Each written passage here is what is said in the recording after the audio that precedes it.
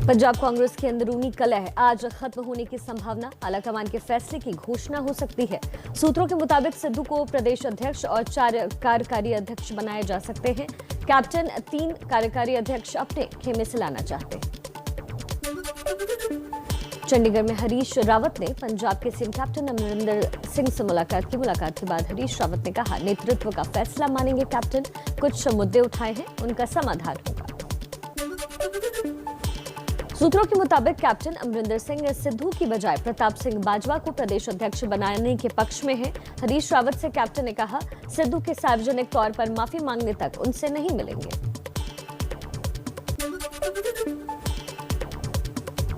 पंजाब में कांग्रेस की कलह में आया नया मोड़, प्रताप सिंह बाजवा से मिले कैप्टन अमरिंदर सिंह। अभी तक बाजवा कैप्टन का खुलकर विरोध कर रहे थे। बैठक में राणा गुरमीत और राणा केपी भी मौजूद रहे। नवजोत सिंह सिद्धू ने भी कल सुबह कैप्टन कैंप के नेताओं से लगातार मुलाकात की। पंचकुला में पंजाब कांग्रेस के अध्यक्ष सुनील जाखड़ से भी मिले, तो वहीं लाल सिंह, कैप्टन के मंत्री सुखजिंदर रंधावा और बलबीर सिद्धू से भी मुलाकात की गई। चंडीगढ़ से पटियाला लौटे नवजोत सिंह सिद्धू की बड़ी कवायद, कल शाम अपने घर पर कांग्रेस विधायकों से मुलाकात की।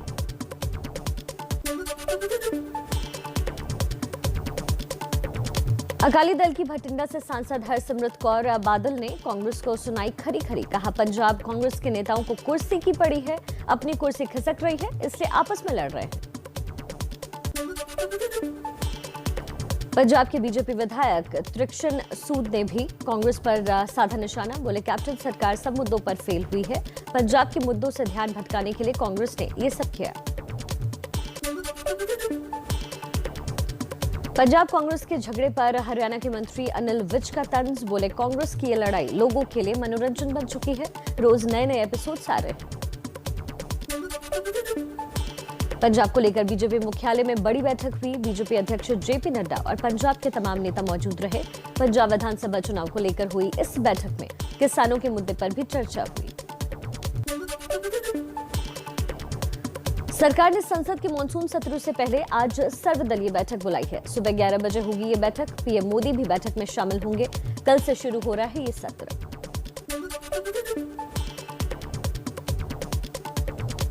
मॉनसून सत्र से पहले आज शाम 4 बजे लोकसभा अध्यक्ष ओम बिरला भी सभी दलों के नेताओं के साथ बैठक करने वाले हैं। संसद सत्र से जुड़े मुद्दों पर होगी चर्चा। संसद के मॉनसून सत्र से पहले आज शाम 6 बजे सोनिया गांधी ने पार्टी सांसदों की वर्चुअल बैठक बुलाई है। सत्र की रणनीति को लेकर चर्चा होनी है। टीकाकरण की रफ्तार, महंगाई समेत कई मुद्दों पर सदन में सरकार को घेरने की पूरी तैयारी। मॉनसून सत्र से पहले संसदीय कार्य मंत्री प्रहलाद जोशी ने लोकसभा अध्यक्ष ओम बिरला से मुलाकात की। संसदीय कार्य राज्य मंत्री अर्जुन राम मेघवाल और वी मुरलीधरन भी मौजूद रहे। कल से शुरू हो रहा है मॉनसून सत्र। संसद सत्र से पहले राज्यसभा के सभापति वेंकैया नायडू ने सर्वदलीय बैठक की। सदन को सुचारू रूप से चलाने पर चर्चा हुई। अकाली दल ने जरूरी मुद्दों को उठाने की मांग रखी।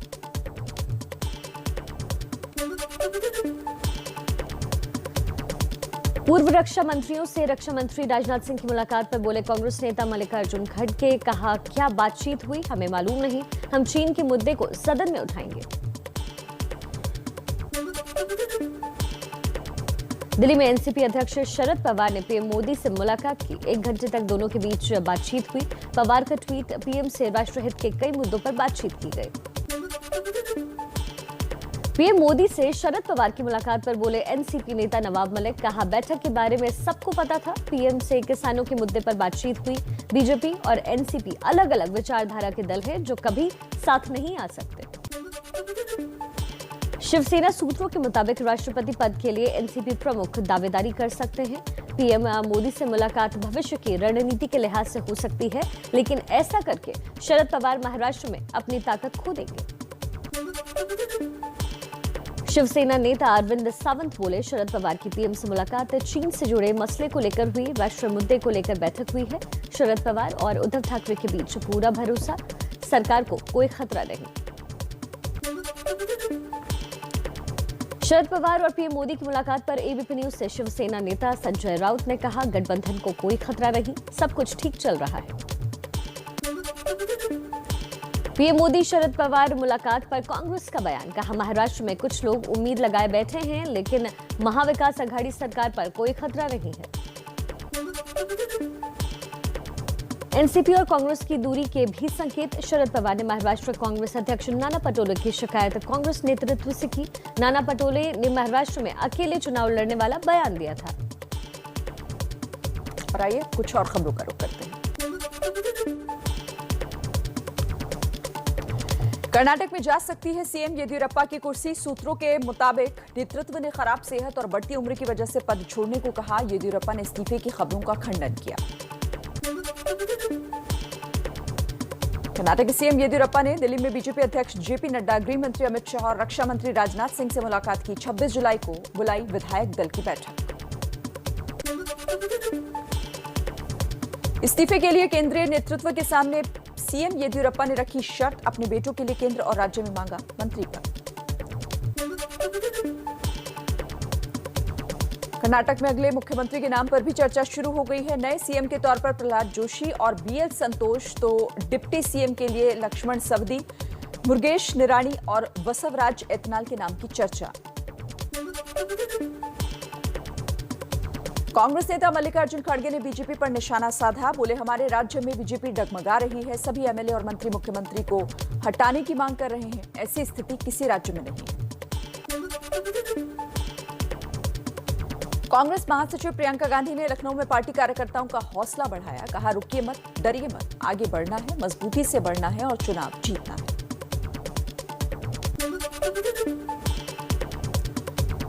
मिशन यूपी के दूसरे दिन लखीमपुर खीरी पहुंची प्रियंका गांधी। ब्लॉक प्रमुख चुनाव के दौरान बदसलूकी की शिकार समाजवादी पार्टी के नेता अनीता यादव से मुलाकात की। कहा, बदसलूकी करने वालों को कड़ी सजा मिलनी चाहिए। प्रियंका गांधी ने केंद्र और योगी सरकार पर निशाना साधा। कहा, चुनाव के दौरान जहां जहां हिंसा हुई वहां दोबारा चुनाव कराया जाना चाहिए। समाजवादी पार्टी के अध्यक्ष अखिलेश यादव ने बीजेपी पर हमला बोला। कहा, बीजेपी ने कहा था कि नोटबंदी के बाद भ्रष्टाचार खत्म हो जाएगा, लेकिन बीजेपी ने पैसा और प्रशासन की मदद से जिला पंचायत चुनाव में जो नतीजे लिए हैं उसकी कल्पना भी नहीं की जा सकती। यूपी की राजधानी लखनऊ में आज आरएसएस की बड़ी बैठक। संघ के सर कार्यवाह दत्तात्रेय हसबोले करेंगे बैठक। यूपी चुनाव में संघ और सरकार के बीच तालमेल पर चर्चा होगी। सीएम और डिप्टी सीएम शामिल हो सकते हैं। निषाद राज पार्टी के राष्ट्रीय अध्यक्ष संजय निषाद ने फिर उठाई आरक्षण की मांग। कहा, योगी और मोदी से ही मांग पूरी होने की उम्मीद। निषाद ने विधानसभा चुनाव बीजेपी के साथ मिलकर लड़ने की बात कही है। ओवैसी की पार्टी एआईएमआईएम की यूथ ब्रिगेड की यूपी की सभी कमेटियां भंग की गई हैं। प्रदेश अध्यक्ष शौकत अली ने दिया आदेश। 15 जुलाई को असदुद्दीन ओवैसी के मुरादाबाद और संभल दौरे के दौरान कार्यकर्ताओं की अनुशासनहीनता देखने को मिली थी।